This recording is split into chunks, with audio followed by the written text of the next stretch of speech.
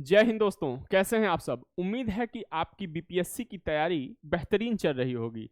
जैसा कि आपको पहले सूचना दी गई थी या लोक सेवा आयोग ने या बिहार लोक सेवा आयोग ने नोटिस जारी किया था कि आगामी 20 और 22 सितंबर को 67वीं बीपीएससी का प्रीलिम्स होगा। उसमें छात्रों के विरोध के कारण, क्योंकि उस समय यूपीएससी की मुख्य परीक्षाएं चल रही होंगी, तो उसमें छात्रों के विरोध के कारण संभवतः आज शाम में एक नोटिस जारी किया गया है बिहार लोक सेवा आयोग के द्वारा, जिसमें यह कहा गया है कि संभवतः 20 और 22 को जो प्रारंभिक परीक्षा का जो कार्यक्रम था, संभवतः उस कार्यक्रम में परिवर्तन करके एक जो सहमति बनी है, बहुमत से सहमति बनी है आयोग के अधिकारियों की, पदाधिकारियों की, वह 21 सितंबर को कराया जाना सुनिश्चित हुआ है। संभवतः 21 सितंबर को अब होगा, 20 और 22 को न होकर 21 सितंबर को आपका 67वीं बीपीएससी का प्रीलिम्स परीक्षा होगी। जैसा कि आप जानते हैं कि हमारी यूनिएग्जाम्स आईएएस संस्था अपने यूट्यूब चैनल पर बिहार पीसीएस के प्रीवियस ईयर के प्रश्नों को विषयवार श्रृंखला के रूप में लेकर आ रही है। इसके पहले हमने भारतीय इतिहास, राज्य व्यवस्था, भारत एवं विश्व भूगोल, भारत की जनगणना का बिहार की जनगणना के साथ तुलनात्मक अध्ययन हमने किया। इस समय हम बिहार स्पेशल का अध्ययन कर रहे हैं और बिहार स्पेशल में हम विस्तार से, चूंकि बिहार स्पेशल में अधिकांश प्रश्न इतिहास खंड से पूछे जाते हैं, इस दृष्टिकोण को ध्यान में रखते हुए, इस बात को ध्यान में रखते हुए हम इस दृष्टिकोण से इतिहास श्रृंखला को, आज ये 5वां श्रृंखला है इतिहास वीडियो का, जो ये इतिहास श्रृंखला चल रहा है बिहार स्पेशल संबंधित, आज ये 5वीं वीडियो है, 5वीं क्लास है। इसके बाद कल भारतीय इतिहास का जो ये आधुनिक खंड होगा, कल ये आखिरी क्लास होगा। उसके बाद हम करंट का अध्ययन करेंगे और बिहार और भारत के बजट का अध्ययन करेंगे। ठीक है, तो बहुत अधिक देर न करते हुए हम बिहार स्पेशल के इस इतिहास खंड की शुरुआत करते हैं। कल हमने जो बंगाल के जो नवाब हैं, उनका बिहार में किस प्रकार से हस्तक्षेप रहा, बिहार में कौन सी कंपनियां आईं, हम कल आधुनिक काल में बिहार में प्रवेश कर चुके थे। आज हम बिहार के प्रमुख विद्रोहों और उसके आंदोलन की बात करेंगे और थोड़ा हम राष्ट्रीय आंदोलन में भी प्रवेश करेंगे बिहार के संदर्भ में। यहाँ पे जो भी क्लास चल रही है, जो भी हम पढ़ रहे हैं, यह बिहार के संदर्भ में है, न कि भारत के इतिहास के संदर्भ में। ठीक है, तो इस समय महत्वपूर्ण जो विद्रोह है, जो आंदोलन है, जो बिहार में घटित हुए, केवल उनकी बात करी जाएगी।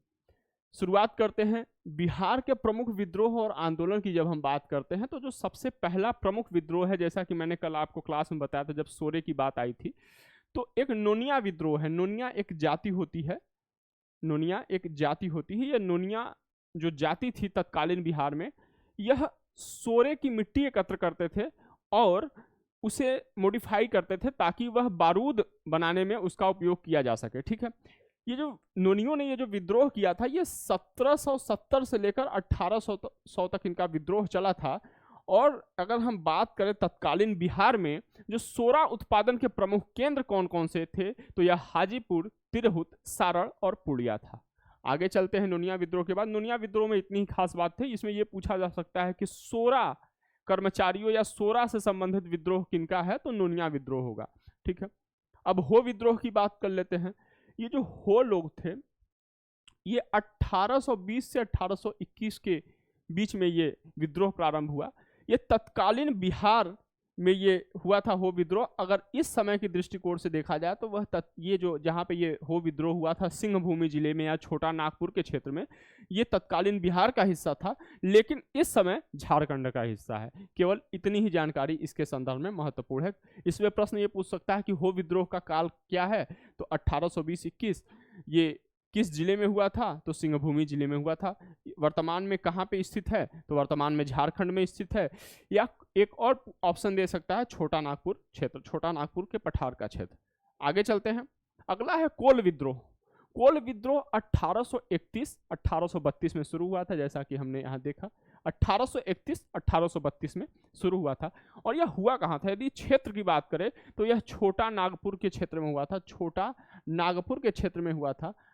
प्रश्न यह पूछ सकता है कोल विद्रोह का कारण क्या था। कोल विद्रोह का जो कारण था वह भूमि संबंधी असंतोष था। भूमि संबंधी असंतोष इन द सेंस कि जो दीकू लोग थे वहां पे आके ये भूमि का स्वामित्व इनसे लिया और ये मनमाने ढंग से इन्होंने कर का वसूली किया। ठीक है, अच्छा, अगर हम कोल विद्रोह की बात करें, कोल विद्रोह की बात करें तो प्रश्न कभी कभी यह पूछ सकता है या पूछा है कि कोल विद्रोह मूलतः किनका विद्रोह था, तो कोल विद्रोह मूलतः मुंडों का विद्रोह था, मतलब मुंडा जनजाति का विद्रोह था कोल विद्रोह मुख्यतः, ठीक है। लेकिन इस विद्रोह की खास बात यह है कि मुंडों का विद्रोह तो मूलतः था ही, लेकिन इसमें हो, उरांव जैसी अन्य जनजातियां भी शामिल थी, ठीक है। अब इस विद्रोह का हमने कारण देख लिया संक्षिप्त में कि भूमि संबंधी असंतोष है। अब थोड़ा विस्तार से यदि बात करी जाए तो देखिए होता क्या था उस समय तत्कालीन जो छोटा नागपुर का क्षेत्र था, जो कोलों से संबंधित क्षेत्र था या मुंडों से संबंधित क्षेत्र था, वहाँ पे जो ग्राम प्रशासन था और ग्रामों से, उन गांवों से जो लगान की वसूली होती थी वो परंपरागत रूप से हो और मुंडा जनजाति के लोग करते थे। लेकिन जब अंग्रेज आए तो यह कार्य, मतलब ग्राम प्रशासन का कार्य और भू राजस्व वसूली का कार्य विभिन्न बाहरी जमींदारों को सौंप दिया, जिन्हें क्या कहते हैं, जिन्हें आदिवासी कहते थे, दीकू हैं, जिन्हें आदिवासी दीकू कहते थे, ठीक है, उनको सौंप दिया। और इन्होंने चूंकि इनको क्या करना था, इनको अत्यधिक मात्रा में भू राजस्व वसूली करना था, अत्यधिक मात्रा में इनको धन की कमाई करनी थी, इसलिए इन्होंने अत्याचारपूर्ण तरीकों से मतलब वहां पे भू राजस्व वसूला, जिसके कारण कोलों में विद्रोह हो गया, कोलों में असंतोष पनपा। इस असंतोष जो पनपा, इसके कारण कोल विद्रोह हुआ, ठीक है। कई बार ये बिहार स्पेशल में या कई बार परीक्षाओं में, अन्य परीक्षाओं में कुछ विद्रोह दे देता है और कुछ नेताओं के नाम दे देते हैं और उसको सही मिलान करने के लिए दिया जाता है, ठीक है। तो उस दृष्टिकोण से ये फैक्ट इंपॉर्टेंट है। कोल विद्रोह के प्रमुख नेता, अगर हम कोल विद्रोह के प्रमुख नेताओं की बात करें तो 4 नेताओं का उल्लेख मिलता है। पहला है बुद्धो भगत, दूसरा है बिंदराय, तीसरे हैं सिगराय और चौथे हैं सुरगा। कोल विद्रोह के बारे में हमने, या अन्य जो विद्रोह हैं, ये इसका हमने जब ये भारतीय इतिहास से संबंधित बीपीएससी के प्रीवियस ईयर के जब हम प्रश्न सॉल्व कर रहे थे तो उसमें हमने काफ़ी विस्तार से चर्चा किया था, मुंडा विद्रोह पे काफ़ी विस्तार से हम चर्चा कर चुके हैं।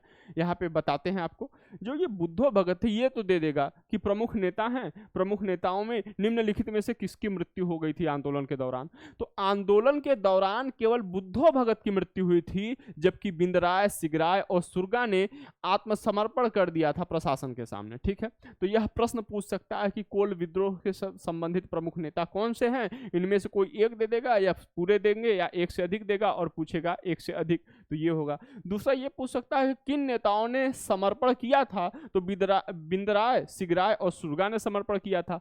फिर ये पूछ सकता है कि किस नेता ने समर्पण नहीं किया था अर्थात उसकी मृत्यु हो गई थी, वह बुद्धो भगत जी होंगे।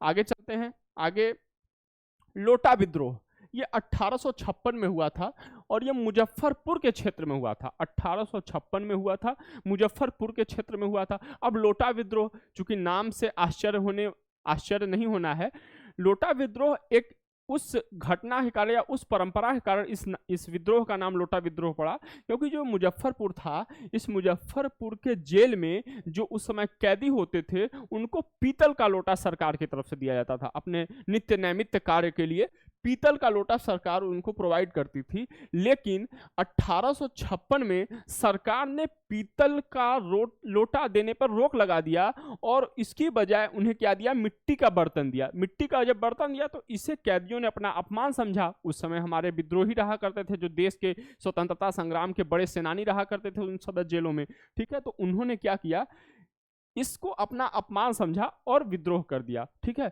जब ये विरोध किया या विद्रोह किया तो सरकार ने हालांकि उनकी मांग उनकी स्वीकार कर ली, ठीक है।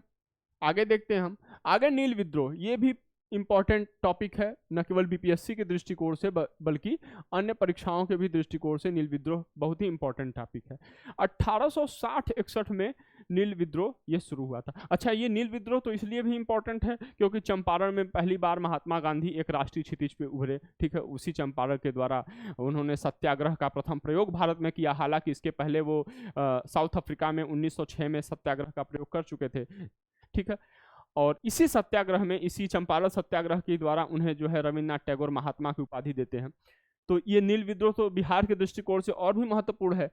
ये जो नील विद्रोह था 1860-61 वाला, ये मूलतः इसका आरंभ हुआ था बंगाल में। मूलतः कहाँ आरंभ हुआ था? बंगाल में हुआ था। लेकिन चूंकि जब मैं बंगाल की बात कर रहा हूं तो बंगाल का मतलब ये है कि 1912 के समय तक बंगाल, बिहार और उड़ीसा तीनों, BBU, बंगाल, बिहार, उड़ीसा तीनों संयुक्त रूप से हैं। तो इसका आरंभ बंगाल के क्षेत्र में हुआ था। लेकिन चूंकि ये एक दूसरे से स्पर्श करते थे, एक दूसरे से सीमा साझा करते थे, बंगाल और बिहार, इसलिए तत्कालीन बिहार के दरभंगा और बेतिया में भी नील की खेती होती थी, नील की खेती होती थी। और जब ये विद्रोह बंगाल में आरंभ हुआ तो उसका प्रभाव बिहार के नील क्षेत्रों में भी पहुंचा। बिहार के जब नील क्षेत्रों में वह पहुंचता है तो 1860-61 में बंगाल में शुरू होता है। और जब कभी पूछे कि बिहार का पहला नील विद्रोह कब हुआ था, बिहार का फर्स्ट नील विद्रोह कब हुआ था, ठीक है, तो वह 1866 में मधुबनी के पंडौल में शुरू हुआ था। 1866 में मधुबनी के पंडौल में शुरू हुआ था। लेकिन यदि इतिहास के दृष्टिकोण से पूछे कि भारत में पहला नील विद्रोह कब हुआ था, तो 1860-61 में हुआ था। कहाँ पे? बंगाल में। जो बिहार में इस नील विद्रोह का जो प्रभाव रहता है वह बिहार के एक और स्थान में होता है। 1866 में हमने पंडौल देखा और 1867 में वह चंपारण में नील विद्रोह का शुभारंभ होता है, ठीक है। हालांकि उस समय इसे दबा दिया गया था, मंद पड़ गई, लेकिन जो बीज है 1917 के जो चंपारण में नील आंदोलन का जो सीड है, जो बीज है, वह यहीं से पड़ा था, ठीक है, वह यहीं से पड़ा था। आगे देखते हैं। आगे हम वहाबी आंदोलन के बारे में थोड़ा देख लेते हैं। वहाबी आंदोलन के बारे में थोड़ा, क्योंकि वहाबियों ने 1857 के क्रांति के दौरान उन्होंने महत्वपूर्ण भूमिका निभाई थी, इसलिए वहाबी आंदोलन भी बिहार स्पेशल की दृष्टि से महत्वपूर्ण है। थोड़ा वहाबी आंदोलन की पृष्ठभूमि देख लेते हैं, फिर बिहार के संदर्भ में इसकी तथ्य कुछ देखेंगे। इसके मूलतः जनक कौन थे? इसके मूलतः जनक थे अब्दुल वहाब। कौन थे? अब्दुल वहाब। ये अरब के थे। वहाब ये अरब के थे, ठीक है, ये अरब के थे। भारत में इसकी जो स्थापना की थी, या भारत में इस वहाबी मूवमेंट के जो भारतीय संस्करण लाए थे वो उत्तर प्रदेश के सैयद अहमद बरेलवी लाए थे, ठीक है, सैयद अहमद बरेलवी लाए थे। सैयद अहमद बरेलवी जब ये पटना जाते हैं तो पटना में इस वहाबी आंदोलन का या अपना एक प्रतिनिधि नियुक्त करते हैं। उनका नाम क्या था? मोहम्मद हुसैन। ये तथ्य ध्यान रखना है, पूछ सकता है कि वहाबी आंदोलन के बिहार में कौन से नेता थे, तो इसका उत्तर होगा मोहम्मद हुसैन। कौन नेता थे? मोहम्मद हुसैन, ठीक है। यह भी पूछ सकता है कि पटना के ये नेता मोहम्मद हुसैन किस आंदोलन से संबंधित है, तो यह आंदोलन होगा वहाबी आंदोलन से संबंधित है। अब देखिए यह वहाबी आंदोलन था क्या? वहाबी आंदोलन मुख्यतः मुस्लिम समाज सुधार आंदोलन था। वहाबी आंदोलन मुख्यतः मुस्लिम समाज सुधार आंदोलन था, लेकिन इसने ब्रिटिश प्रतिरोध में भी इसने सक्रिय हिस्सा लिया था। अब प्रश्न यह भी पूछ सकता है कि वहाबी आंदोलन के जो अनुयायी थे वह अपने आप को क्या कहते थे, तो वो अनुयायी अपने आप को कहते थे अहले हदीस। क्या कहते थे? अहले हदीस। प्रश्न पूछ सकता है कि किस आंदोलन के दौरान उसके अनुयायी स्वयं को अहले हदीस कहते थे, तो इसका उत्तर होगा वहाबी आंदोलन, ठीक है। आगे देख लेते थोड़ा इसमें। अब देखिए हम ये जो अब देखिए हमने यहाँ पे क्या देखा कि ये मूलतः समाज सुधार आंदोलन था, लेकिन मूलतः समाज सुधार आंदोलन था, लेकिन इन्होंने ब्रिटिश प्रतिरोध भी किया। जब ये ब्रिटिश प्रतिरोध करते हैं तो सबसे ध्यान देने वाली बात है कि जो बंगाल विभाजन के दौरान जो ब्रिटिश संस्थाओं के बहिष्कार की बात करी गई थी, उस ब्रिटिश संस्थाओं के बहिष्कार का सबसे पहला प्रयोग इन्हीं वहाबियों ने किया था। यह भारतीय इतिहास के भी दृष्टिकोण से महत्वपूर्ण तथ्य है और बिहार के दृष्टिकोण से भी महत्वपूर्ण तथ्य है। वो जो ब्रिटिश संस्थाएं थी, जो 1905-6 के समय में जो स्वदेशी मूवमेंट शुरू किया गया था, ठीक है, उसमें जो ब्रिटिश वस्तुओं, ब्रिटिश संस्थाओं के बहिष्कार की बात करी गई थी, वो सबसे पहले उसका प्रयोग इन वहाबियों ने किया था। यहां से प्रेरित होकर राष्ट्रीय नेताओं ने इसे अपनाया था। यहां से प्रेरित होकर राष्ट्रीय नेताओं ने उसे अपनाया था। ध्यान देने वाली बात है कि सबसे पहले ब्रिटिश संस्थाओं के बहिष्कार का प्रयोग तो वहाबियों ने किया था, लेकिन सबसे पहले यदि हम बात करें तो स्वदेशी का जो नारा था, स्वदेशी का नारा ये दयानंद सरस्वती दे चुके थे। दयानंद सरस्वती इन्होंने दिया था, ठीक है। स्वदेशी का नारा सबसे पहले किसने दिया था? दयानंद सरस्वती ने दिया था। अब देखिए हम वहाबी आंदोलन के केंद्र के बारे में बात कर लेते हैं। चूंकि पटना एक महत्वपूर्ण केंद्र था, इसलिए इस दृष्टिकोण से यह भी महत्वपूर्ण है। वहाबी आंदोलन के दो केंद्र थे। वहाबी आंदोलन के दो केंद्र थे। एक केंद्र था पश्चिमोत्तर सीमांत। पश्चिमोत्तर सीमांत की यदि हम बात करें तो ये देख लीजिए, ये मान लीजिए हम यहाँ पे देख लेते हैं पश्चिमोत्तर सीमांत, ठीक है। नॉर्थ हो गया, ईस्ट हो गया, वेस्ट हो गया, साउथ हो गया, पश्चिमोत्तर सीमांत इस क्षेत्र में, ठीक है।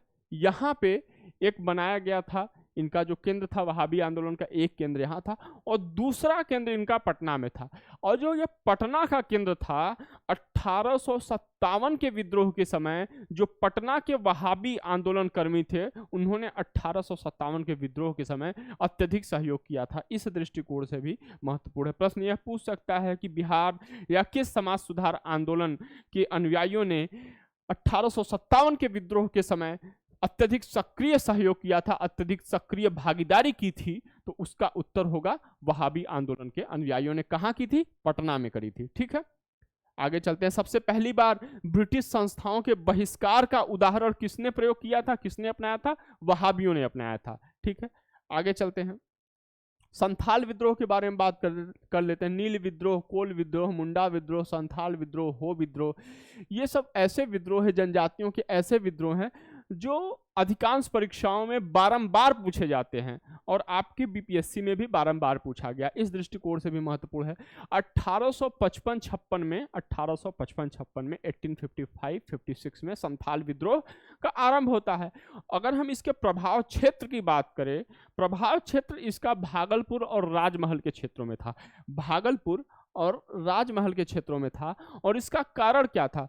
अधिकांश जो विद्रोह हुए हैं, जनजाति विद्रोह, उनका सामान्य सा एक कारण जो रहा है, वो कॉन्स्टेंटली चला है, वो रहा है जमींदारों, साहूकारों या फिर जो दीकुओं के द्वारा, पुलिस प्रशासन के द्वारा शोषणात्मक और दमनात्मक कार्यवाही। वही जो कारण रहा है वह संथालों का भी रहा है। अगर हम बात करें संथालों के नेतृत्व की, कि संथाल विद्रोह का नेतृत्व किसने किया, तो संथाल विद्रोह का नेतृत्व 4 भाइयों ने किया था। सिद्धू, कान्हू, भैरव और चाँद।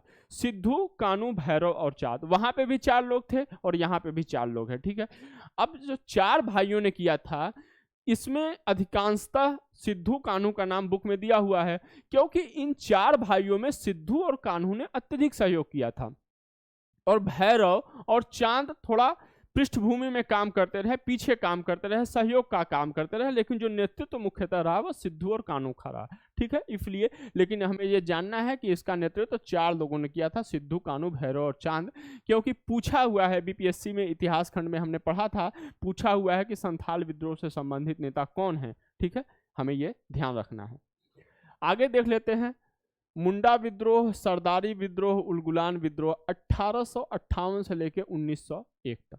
ये देखिए, मुंडा विद्रोह जो है, सरदारी विद्रोह है, उलगुलान विद्रोह है, इसका या हमने ये कह सकते हैं, हम ये कह सकते हैं कि बीपीएससी में हर वर्ष अगर एक अनुमान लगाया जाए तो, या ये पुनरावलोकन करें तो लगभग हर वर्ष मुंडा विद्रोह से प्रश्न पूछा गया है, ठीक है। मुंडा क्या करते थे, हमने इसका विस्तार से धन भारतीय इतिहास के संदर्भ में किया हुआ है। अब हम थोड़ा देख लेते हैं, उसके बाद थोड़ा और एक्स्ट्रा फैक्ट्स आपको बता देंगे, ठीक है। मुंडा विद्रोह का आरंभ यदि पूछे कि कहां से हुआ था, तो मुंडा विद्रोह का आरंभ हुआ था रांची जिले से। रांची से हुआ था, तत्कालीन बिहार का हिस्सा था। रांची से हुआ था मुंडा विद्रोह का आरंभ। जब ये विद्रोह आरंभ हुआ तो अनेक नेताओं ने कार्य किया इसके अंतर्गत, लेकिन एक नेता हुआ इस विद्रोह आरंभ होने के 30 वर्षों के बाद, बिरसा मुंडा। बिरसा मुंडा जब आता है, जब नेतृत्व संभालते हैं जब बिरसा मुंडा जी नेतृत्व संभालते हैं, तो यह मुंडा विद्रोह अपनी परवान पकड़ लेता है। और मुंडा विद्रोह जब ये नेतृत्व संभालते हैं तो अपने सबसे प्रबल रूप में आता है, प्रबल प्रतिरोध के रूप में आता है। और इसीलिए इसे उलगुलान विद्रोह भी कहते हैं। जब बिरसा मुंडा नेतृत्व संभालते हैं तो मुंडाओं का जो प्रतिरोध है वह प्रबल हो जाता है, वह अपनी परवान पकड़ लेता है, इसीलिए इसे उलगुलान विद्रोह भी कहते हैं। बिरसा मुंडा जी ने कुछ अपने उपदेश दिए, उन्होंने कुछ बातों पर बल दिया। पहला इन्होंने कहा कि नैतिक आचरण की शुद्धता, मुंडाओं पुरुषों, स्त्रियों या मुंडा आबादी में नैतिक आचरण की शुद्धता होनी चाहिए। आत्म सुधार का अवसर उन्हें मिलना चाहिए, आत्म सुधार सदैव करते रहना चाहिए।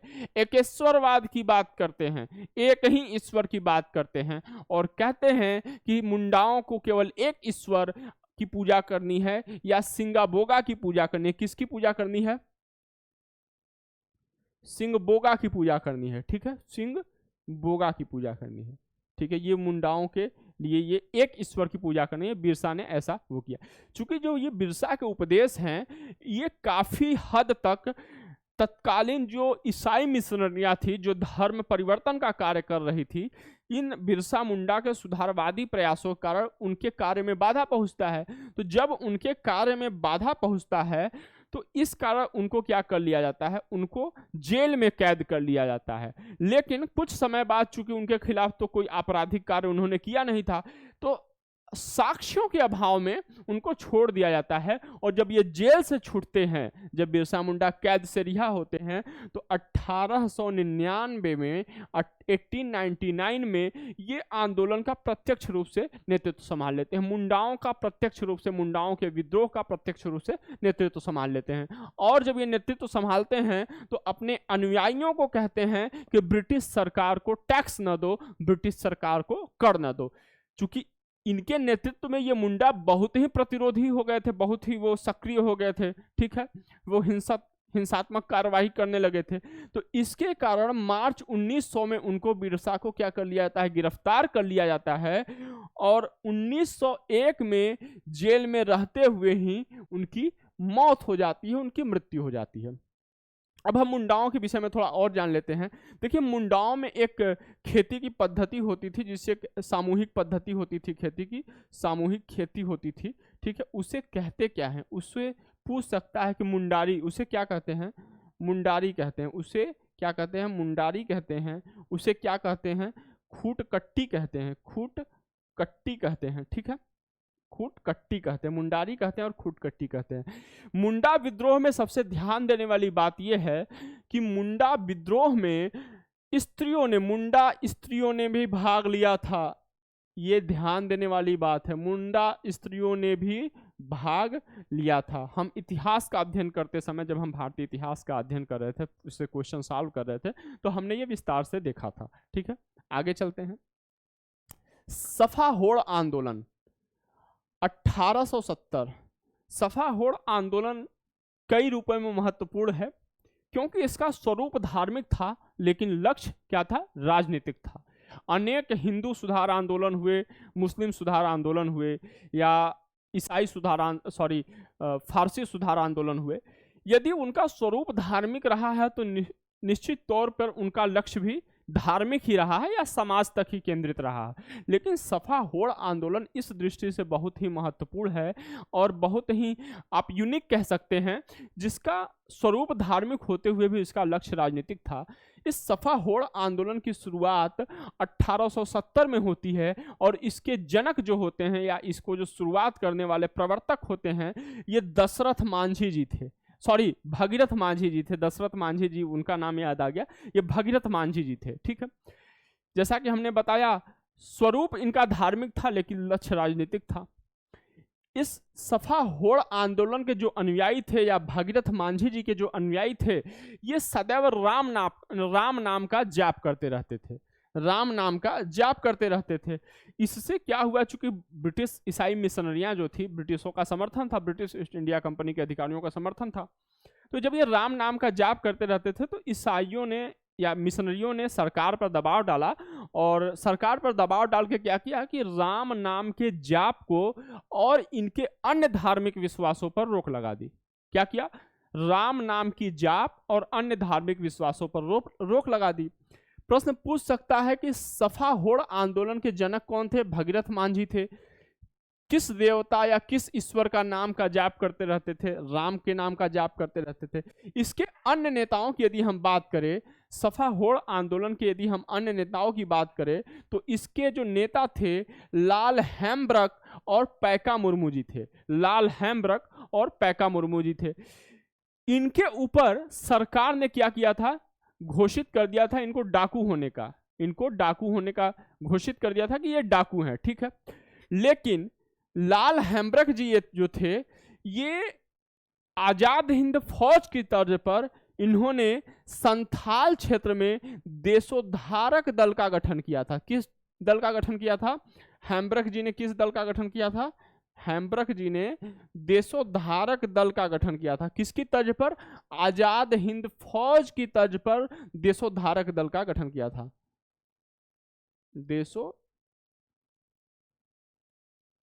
देशोद्धारक दल का गठन किया था, ठीक है।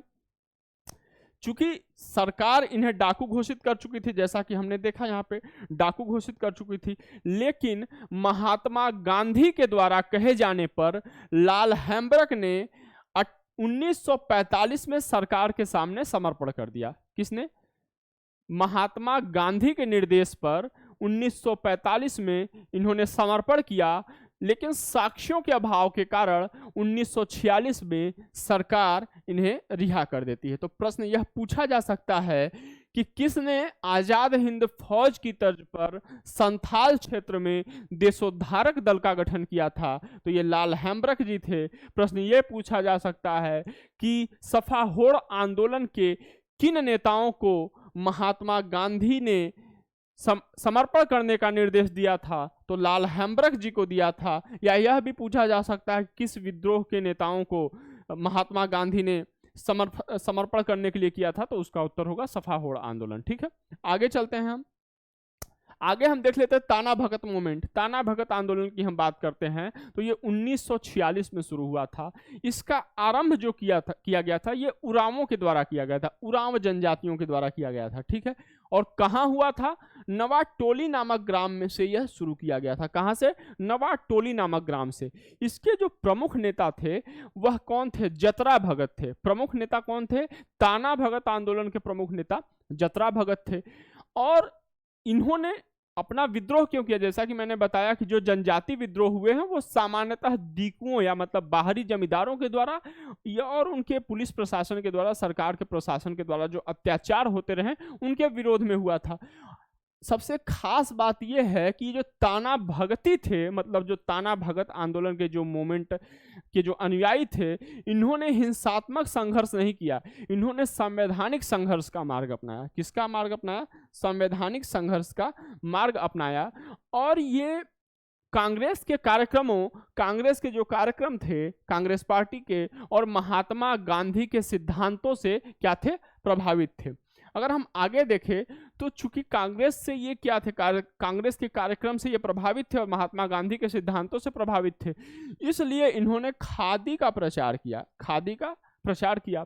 ताना भगतों ने ईसाई धर्म प्रचारकों का क्या किया था? विरोध किया था। इनकी जो प्रमुख मांगे यदि हम देखें तो इनका प्रमुख मांग था स्वशासन का अधिकार, लगान का बहिष्कार करना और मनुष्यों में समता स्थापित करना। मतलब मानवों को एक समान, सभी मानवों में को एक समान मानना, लगान का बहिष्कार करना और स्वशासन के अधिकार की प्राप्ति करना इनका प्रमुख मांग था। सबसे खास बात यह है कि जो ताना भगत मूवमेंट जो था, इनके नेताओं ने असहयोग आंदोलन, भारत के स्वतंत्रता संग्राम में महत्वपूर्ण आंदोलनों, असहयोग आंदोलन, सविनय अवज्ञा आंदोलन और भारत छोड़ो आंदोलन में भी प्रतिभाग किया था। अगर हम ताना भगत आंदोलन के जो प्रवर्तक थे, जो उनके प्रवर्तक थे, उनके आदर्श कौन से नेता थे? ये महात्मा गांधी से प्रभावित थे, कांग्रेस के कार्यक्रमों से प्रभावित थे। इन नेताओं के मार्गदर्शक कौन थे? ताना भगत मूवमेंट के नेताओं के मार्गदर्शक कौन थे? तो वो राजेंद्र प्रसाद जी थे और कृष्ण बल्लभ सहाय जी थे। राजेंद्र प्रसाद जी, डॉक्टर राजेंद्र प्रसाद जी और कृष्ण बल्लभ सहाय जी इनके मार्गदर्शक थे। और यदि हम ताना भगत के, जैसे जतरा भगत हमने देख लिया, हम मूवमेंट से संबंधित अन्य महत्वपूर्ण नेताओं को भी देखते आ रहे हैं, क्योंकि बिहार पीसीएस में ऐसे प्रश्न पूछे गए हैं। इसलिए हम जतरा भगत आंदोलन जो ये जतरा भगत के नेतृत्व में जो ये ताना भगत आंदोलन हुआ, उसके अन्य नेताओं के बारे में हम देख लें तो उसमें शिबू, माया और देबिया प्रमुख थे। जैसे शिबू, माया और देबिया प्रमुख थे। आगे हम देखते हैं, अगर हम आगे बात करें तो हम स्वतंत्रता आंदोलन और बिहार की बात करेंगे। स्वतंत्रता आंदोलन क्यों? क्योंकि 1857 का जो प्रथम स्वतंत्रता संग्राम था, प्रथम स्वतंत्रता आंदोलन था, उस दौर में बिहार में कौन सी घटनाएं हुई, इसलिए इस जो टॉपिक है इसका नाम रखा गया स्वतंत्रता आंदोलन और बिहार। 1857 का जो प्रथम स्वतंत्रता संग्राम था, ब्रिटिश राइटरों ने इसे क्या कहा? प्रथम विद्रोह कहा है, लेकिन एक भारतीय के तौर पर हम इसे क्या कहते हैं? प्रथम स्वतंत्रता आंदोलन कहते हैं या प्रथम स्वतंत्रता संग्राम कहते हैं। इसका आरंभ बिहार के दृष्टिकोण से यदि हम देखें तो 7 से लेकर 12 जून तक 1857 में, वर्ष 1857 में 7 से 12 जून तक रोहिणी गांव में हुआ। 7 से 12 जून के बीच में रोहिणी गांव में हुआ। उस समय जो तत्कालीन रोहिणी गांव था वह देवघर जिले में था। वर्तमान में देवघर कहाँ पे स्थित है? वह झारखंड में स्थित है।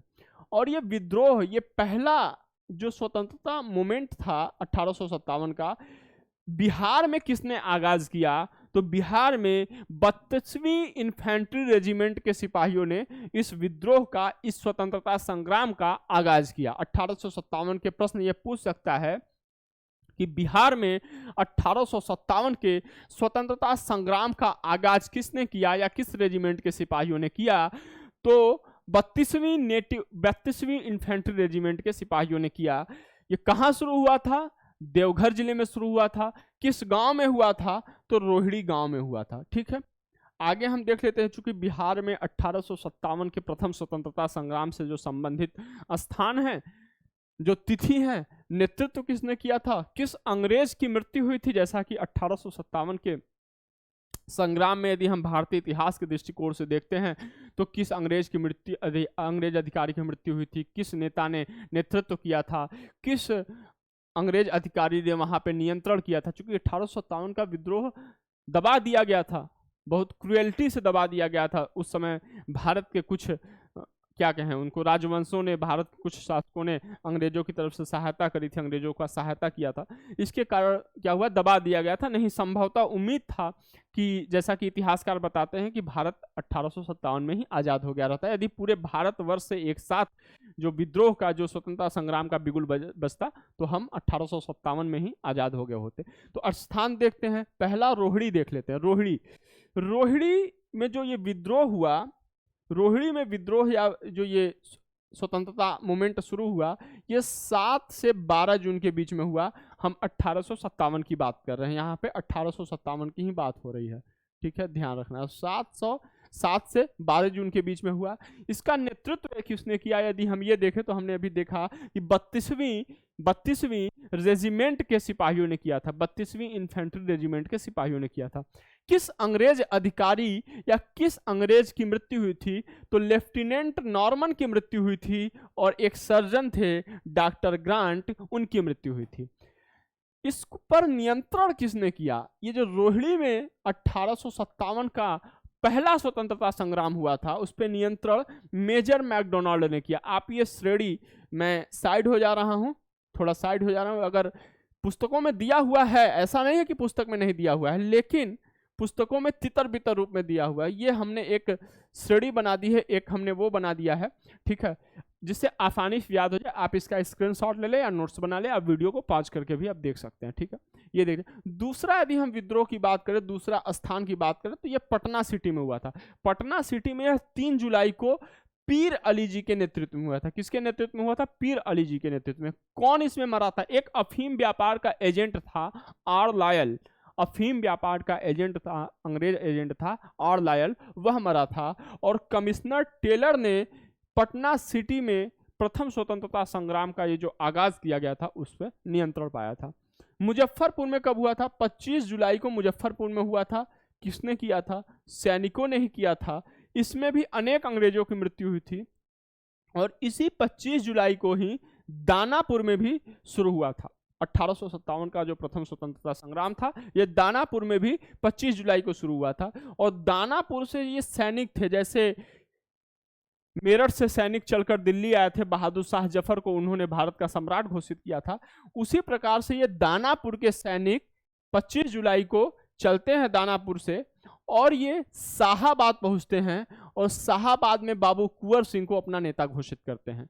बाबू कुंवर सिंह को अपना नेता घोषित करते हैं और कुंवर सिंह सबसे पहली बार जो युद्ध करते हैं या सबसे पहली बार जो जिस क्षेत्र पर अपना अधिकार करते हैं वह 27 जुलाई 1857 को डनबर को हराकर, अंग्रेजी कैप्टन जो डनबर था वह मारा गया था, उसको पराजित किया, जिसमें उस युद्ध में डनबर की मृत्यु हो जाती है और आरा पर अधिकार कर लिया। किस तिथि को? 27 जुलाई को आरा पर अधिकार करते हैं। कब? 27 जुलाई को आरा पर अधिकार करते हैं। प्रश्न ये पूछा जा सकता है कि कहां से सैनिक चले थे जो, या कहां के सैनिक चले थे जिन्होंने कुंवर सिंह को अपना नेता घोषित किया?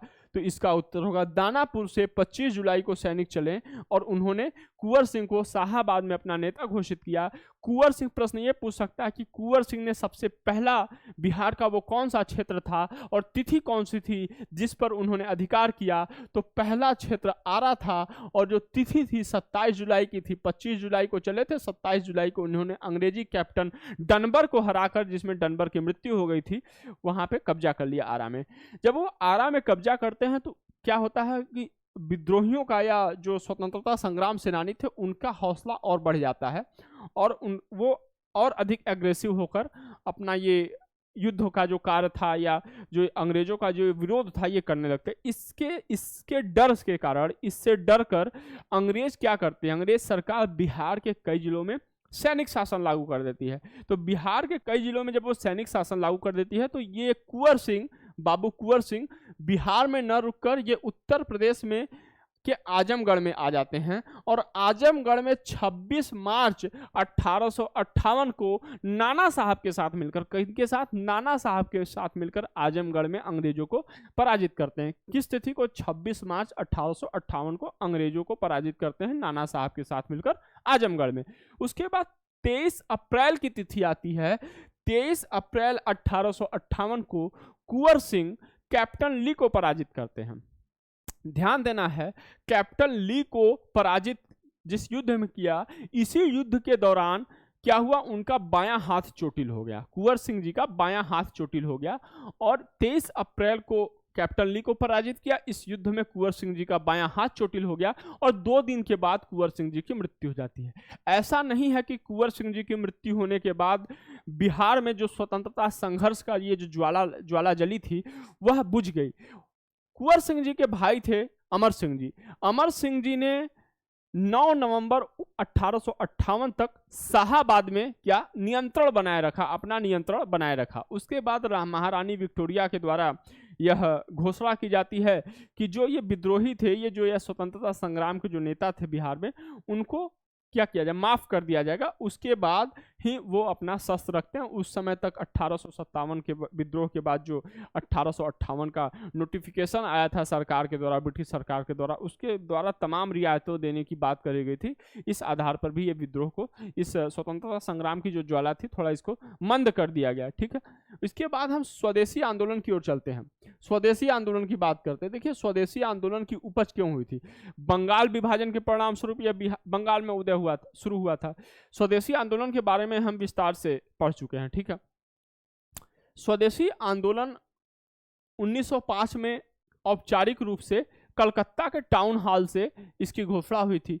बंगाल विभाजन के परिणाम स्वरूप यह शुरू हुआ था। 1905 में इसकी टाउन हॉल से घोषणा हुई थी।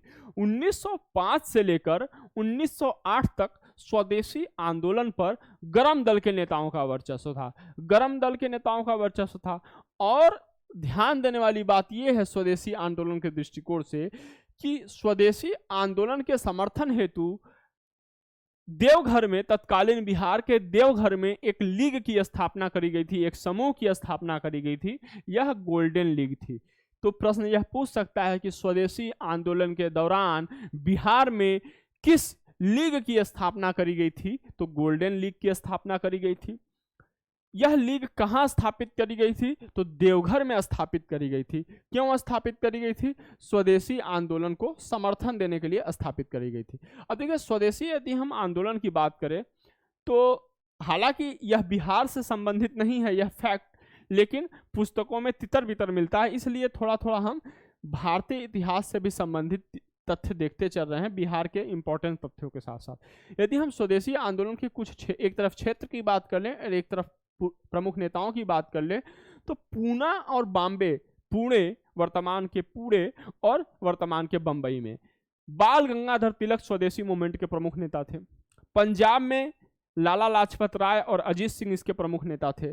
दिल्ली में सैयद हैदर रजा इसके प्रमुख नेता थे। मद्रास में चिदम्बरम पिल्लई जी इसके प्रमुख नेता थे और बंगाल में बिपिन चंद्र पाल जी इसके नेता थे। यहीं लाल बाल और पाल की जो तिकड़ी थी, लाल बाल और पाल की जो तिकड़ी थी, इसी स्वदेशी मूवमेंट से ही प्रसिद्ध हुई थी। भारतीय इतिहास में, भारतीय स्वतंत्रता संग्राम में इसी स्वदेशी मूवमेंट से प्रसिद्ध हुई थी। आज हम भारतीय इतिहास, आधुनिक भारतीय इतिहास का अध्ययन कर रहे थे। हमने तमाम विद्रोहों को देखा, आंदोलन को देखा। हम भारतीय स्वतंत्रता संग्राम में बिहार के दृष्टिकोण से प्रवेश कर चुके हैं। कल संभवतः आखिरी क्लास होगी बिहार स्पेशल के इतिहास खंड का।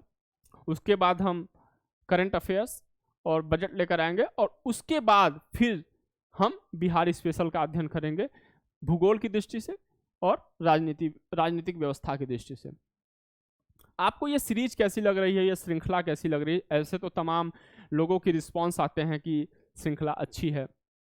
आप ये सुझाव दें, यदि आपको अच्छी लग रही है तो आप अपनी प्रतिक्रिया दर्ज करें, हमारा वीडियो लाइक करें, शेयर करें अपने दोस्तों तक। आप ये सुझाव दें, आप अपने रिस्पांस हमें कमेंट बॉक्स में जरूर दें, हम उस पर जरूर प्रतिक्रिया दर्ज करेंगे। आपकी तैयारी हेतु अनंत अनंत शुभकामनाएं। यूनिक एग्जाम्स IAS की ओर से अच्छे से अपनी तैयारी करते रहें। जय हिंद, जय भारत।